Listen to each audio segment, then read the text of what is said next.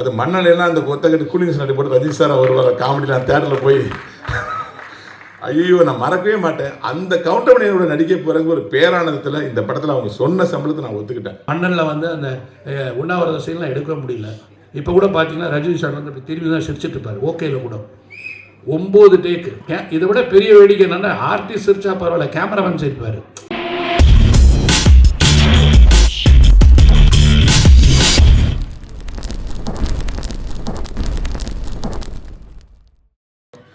அதாவது to the core comedy. Rickshaw மாமா பார்த்துட்டான் அதெல்லாம் வந்து அவரை ரசிச்சு மாஸ்டர் எழுதியிருப்பாரு. அந்த 2 பேரும் இன்னைக்கு வந்தது வந்து நிகழ்ச்சியோட முத்தாய்ப்பா நான் நினைக்கிறேன். ஏன்னா ஒருத்தர் அறிமுகப்படுத்தியவர், ஒருத்தர் கவுண்டமணி வந்து ஒரு பீக்கு கொண்டு போன ஒரு டைரக்டர். அது மண்ணலையெல்லாம் அந்த கொத்தக்கட்டு கூலிங் சண்டை போட்டு ரஜினி சார் அவர் வர காமெடியில் தேட்டரில் போய் ஐயோ நான் மறக்கவே மாட்டேன். அந்த கவுண்டமணியோட நடிக்க போகிறவங்க ஒரு பேரானந்தத்தில் இந்த படத்தில் அவங்க சொன்ன சம்பளத்தை நான் ஒத்துக்கிட்டேன். ஏன்னா ஆர்குமெண்ட்லாம் இல்லை, வந்தாங்க பேசினாங்க, இதான் சம்பளம்னா இவ்வளோ தான் கொடுக்க முடியும் சார் அப்படின்னாங்க. நான் ஒன்றுமே சொல்லலை, உடனே ஓகே பண்ணேன். ராஜகோபால் சார் வந்து ஒரு மிக சிறந்த இயக்குனர், டைலாக் ரைட்டராக உங்களுக்கு தெரியும், ஒரு கதையாசிரியர் தெரியும், ஒரு காமெடிட்டராக தெரியும். ஆனால் ஒரு திட்டமிட்டு படம் பண்ணுற ஒரு டைரக்டர் நான் பார்த்தேன். எனக்கு வந்து ஒரு குறிப்பிட்ட நாள் சொன்னேன், இத்தனை நாளில் முடிச்சிடுவேன் சார் இந்த பேமெண்ட்டுக்கு ஒத்துக்கினார். சார் 36 ஆர்டிஸ்ட் இருக்காங்க, இத்தனை நாள் எப்படி முடிக்க முடியும்? யாரும் 2 ஆர்டிஸ்ட் இருந்தால் கூட டேட்டு மாறிட்டே இருக்குவேன் சார். நான் சார் இத்தனை நாளுக்குள்ள முடிச்சிருவேன் நம்புகனாரு. சொன்ன மாதிரி எனக்கு சொன்ன டேட்டில் அப்படியே படத்தை முடிச்சார். இந்த இயக்குநர்கிட்ட திட்டமிடுதல் என்ன நம்ம கற்றுக்கணும். உண்மையிலே ராஜகோபால் சார் வந்து ஒரு டைரக்ஷன் பண்ணும்போது இவ்வளோ ஆர்டிஸ்ட் இருக்காங்க, ஒரு 10 ஆர்டிஸ்ட் இருந்தாவே டைரக்டருக்கு டென்ஷன் வந்துடும். இவங்களை எப்படி ஹேண்டில் பண்ணுறது, எல்லாம் கேரமில் உட்காந்துருப்பாங்க, அவங்களை அசம்பிள் பண்ணணும் அப்படின்னு ரொம்ப ஈஸியாக டேக்கிள் பண்ணுவார். யாருக்கு என்ன ஷாட்டோ அவங்கள மட்டும் கூப்பிடுங்க, மற்றவங்களை டிஸ்டர்ப் பண்ணாங்கப்பாரு. ரொம்ப எளிமையாக கோவமே படாமல் அப்படி அழகாக இருப்பார். அவர் டைரக்ஷனில் நடிச்சிட்டே இருக்கலாம்னு தோணும். சுதந்திரம் நிறையா கொடுப்பாரு. இந்த படத்தில் வந்து இவ்வளோ தூரம் பார்த்தீங்களா, இன்றைய அரசியலை மிக தெளிவாக யார் மனசு புண்படாமல் புட்டு வச்சிருக்காரு. உங்கள் எல்லா கட்சிக்காரர்களும் இந்த அரசியல் பிடிக்கும். எல்லா கட்சியோட நல்ல விஷயங்களை அழகாக சொல்லியிருக்காரு. இந்த படம் மிகப்பெரிய வெற்றி பெறும். இந்த படத்தை தயாரித்த ரவிராஜா அவர்கள் வந்து பிளேட் வர லேட்டாகுதுன்னு சொன்னாங்க. அவர் இந்த ஃபங்க்ஷனுக்கு மட்டும் இல்லை, இது வரைக்கும் நான் அவரை பார்த்ததே இல்லை. அவர் இடத்துல வந்து கோவை லட்சுமிராஜன் தான் இருந்து அந்த இடத்த பூர்த்தி பண்ணார். ஒரு தயாரிப்பாளர் வந்து எவ்வளோ மெனக்கெட்டு ஒரு ப்ராஜெக்டை காப்பாற்றுவாரோ, எவ்வளோ சிக்கனமாக பண்ணுவாரோ, அந்த சிக்கனத்தை அவர் உட்கார்ந்து பண்ணார். இணை தயாரிப்பாளர் சொல்லுவாங்க. என்னை பொறுத்த வரைக்கும் நான் பார்த்த தயாரிப்பாளரே அவர் தான் பார்க்குறேன். ரவிராஜா சாருக்கும் கோவை லட்சுமிராஜா சாருக்கும் நன்றி. இந்த படத்தில் கேமராமேனாக வந்து ஹெக்டர் என்கிற காத்தவராயன் பணியாற்றிருக்காங்க. அவர் கொடுக்கப்பட்ட சோர்ஸு லைட்ஸ்லாம் ரொம்ப கம்மிங்க. ஆனால் பார்த்தீங்கன்னா எவ்வளோ தெளிவாக இருந்தது.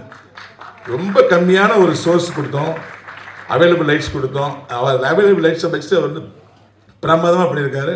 அப்படி என்னை மியூசிக் விபின் தாஸ் வந்து எல்லாமே இதற்கு தான் ஆசைப்பட்ட பாலகுமார் படத்தில் உங்களுக்கு தெரியும். ஆனால் எனக்கு அவர் நடிகராக மலையாள படத்தில் மிஷன் 90 ஒரு படம் மேஜர் ரவி டைரக்ஷன் பண்ண மம்முட்டி சார் படத்தில் வந்து நான் வந்து கெம்பையான ஒரு கமிஷனர் கேட்டு பண்ணேன். அது வந்து மறைந்த பாரத பிரதமர் திரு ராஜீவ்காந்தி மரணத்தை பற்றிய படம். அந்த ராஜீவ்காந்தி அவர்களாக விபின் தாஸ் நடிச்சது அந்த படத்தில்.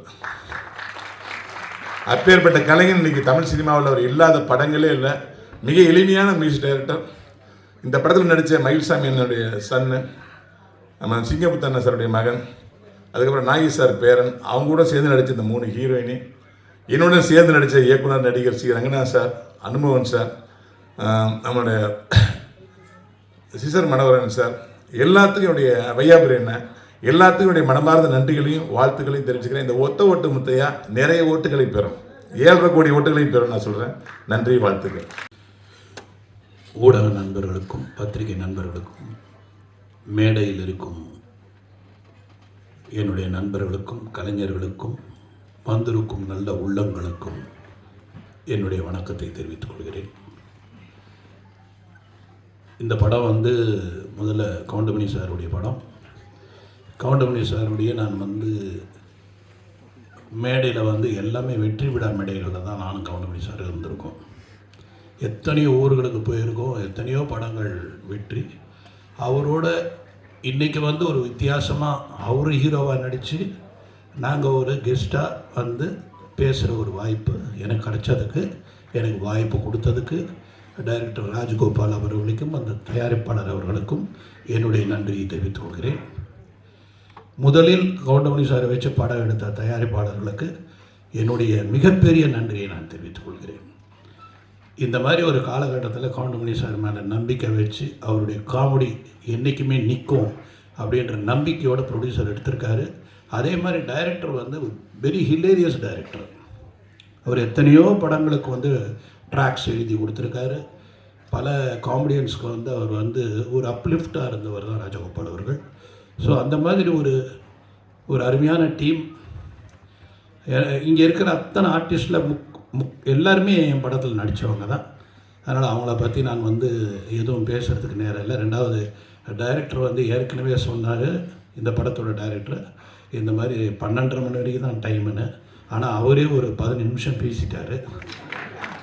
ஸோ இதுக்கப்புறம் பாக்யராஜ் சார் பேசணும்.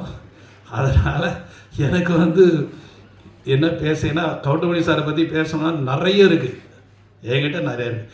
ஒரு விஷயம் கவுண்டமணி சாரை பற்றி சொல்லணுன்னா, அவருக்கு மேனேஜர் கிடையாதுங்க, அவருக்கு டிரைவர் கிடையாது, அவர்கிட்ட டைரி கிடையாது. டேட்டு சொல்லிட்டா போதும், மனசில் வச்சுப்பார் டேட்டை. இந்த டேட்டு இவங்களுது, இந்த டேட் அவங்களுது, அந்த டேட் இவங்களுது அப்படின்னு மனசுலேயே டேட்டை வச்சு அவரே வண்டி ஓட்டிகிட்டு வருவார். அவருக்கு டிரைவர் கிடையாது. இதை மாதிரி ஒரு அருமையான வசதியான ப்ரொடியூசர்ஸுக்கு மிகவும் எளிமையான ஒரு நடிகர் வந்து தமிழ் இண்டஸ்ட்ரியில் இன்னொருத்தர் இருப்பாரான்னு என்னால் சொல்ல முடியாது. அப்படிப்பட்ட பர்ஃபெக்ட் ஆக்டர் எனக்கு வந்து இன்னொன்று எத்தனை பேருக்கு தெரியும், ஒருவேளை அது கரெக்டாக கூட இருக்கலாம், தப்பாகவும் இருக்கலாம். அதிக படங்கள் கவுண்டமணி சார் நடித்தது என் படம் தான் நான் நினைக்கிறேன். அவரே சொல்லுவார், 24 படத்துக்கு மேலே நடிச்சிருக்காரு என் படத்தில். அந்த 24 படத்தில் 20 படம் இட்டு நான் அவர் இருந்ததில்.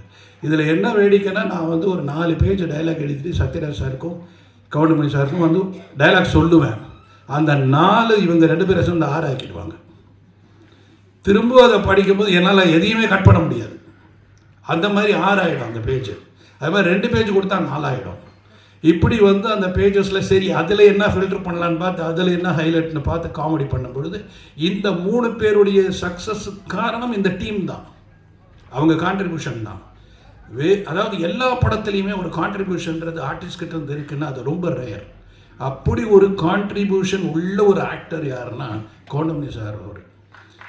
அதில் நீங்கள் பர்டிகுலராக நிறைய படம் நான் சொல்லணும்னா, ஒன்று நடிகன், அந்த பிரியாணி சீனை எடுக்கவே முடியலங்க, எடுக்கவே முடியல. சிரிச்சுக்கிட்டே இருக்கு, எங்கே கட் சொல்கிறது இல்லை, சிரிச்சு நான் மேக்ஸிமம் இவங்களுக்கு வந்து ஒரே பிளாக்கில் வச்சுட்டு திருப்பி க்ளோஸ்னு கட் பண்ணி திருப்பி அந்த டைலாக் எடுக்க பயமாக இருக்கும்.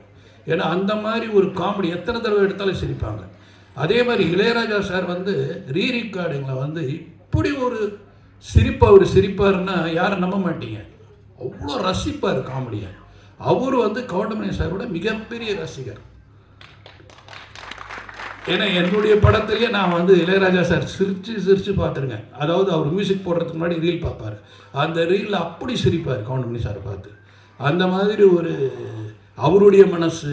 சிவாஜி சார், டேய் நமக்கெல்லாம் ரொம்ப பாக்கியம்டா, இந்த மாதிரி நடிகெல்லாம் நம்ம அவர் யாரோடலாம் நடிச்சிருக்காரு, நாகேஷ் சாரோட, சந்திரபாபுட எல்லாரோடையும் நடித்தவர். அவர் வந்து இந்த அவருடைய ஜென்ரேஷனில் இந்த 2வது அவருடைய மகன் பிரபு, அவரோட நடிக்கக்கூடிய ஒரு நடிகரை பார்க்கும் பொழுது கவுண்டமணி அருமையாக இருக்கேன், அருமையாக பண்ணுறாரியா, அருமையான காமெடியா. ஸோ மிகப்பெரிய நடிகர்களுக்கு எல்லாருமே வந்து கவுண்டமணி அவர்கள் வந்து ரசிகர், அவங்க ரசிகர்கள், அவங்களுக்கே ரசிகர். அப்படி ஒரு இடத்தை பிடித்தவர் தான் கவுண்டமணி சார். நிறைய அவரை பற்றி சொல்லணும், ஆனால் எங்களுக்கு நேரம் கிடையாது. பாக்யராஜ் சார் சொல்கிறாரு, இந்த மாதிரி நம்ம நிறைய சொல்லணும்னு நினச்சோம், ஆனால் நமக்கு வந்து 2 நிமிஷம் 3 நிமிஷம் தான் கொடுத்துருக்காங்க. அதுக்கேற்ற மாதிரி மேக்ஸிமம் எவ்வளோ சீக்கிரம் நான் முடிக்கிறேனோ முடித்தா தான் அவர் பேச முடியும். இன்னும் நிறைய சொல்லலாம். இந்த படத்தோட இசை ரொம்ப நல்லா இருந்தது, ரொம்ப ரசித்தேன் சார் உங்கள் மியூசிக்கை. அண்ட் ஃபோட்டோகிராஃபி ரொம்ப நல்லா இருந்தது. எல்லாமே இதில் உழைச்ச கலைஞர்கள் அத்தனை பேரும் பிரமாதமாக ஒர்க் பண்ணியிருக்காங்க.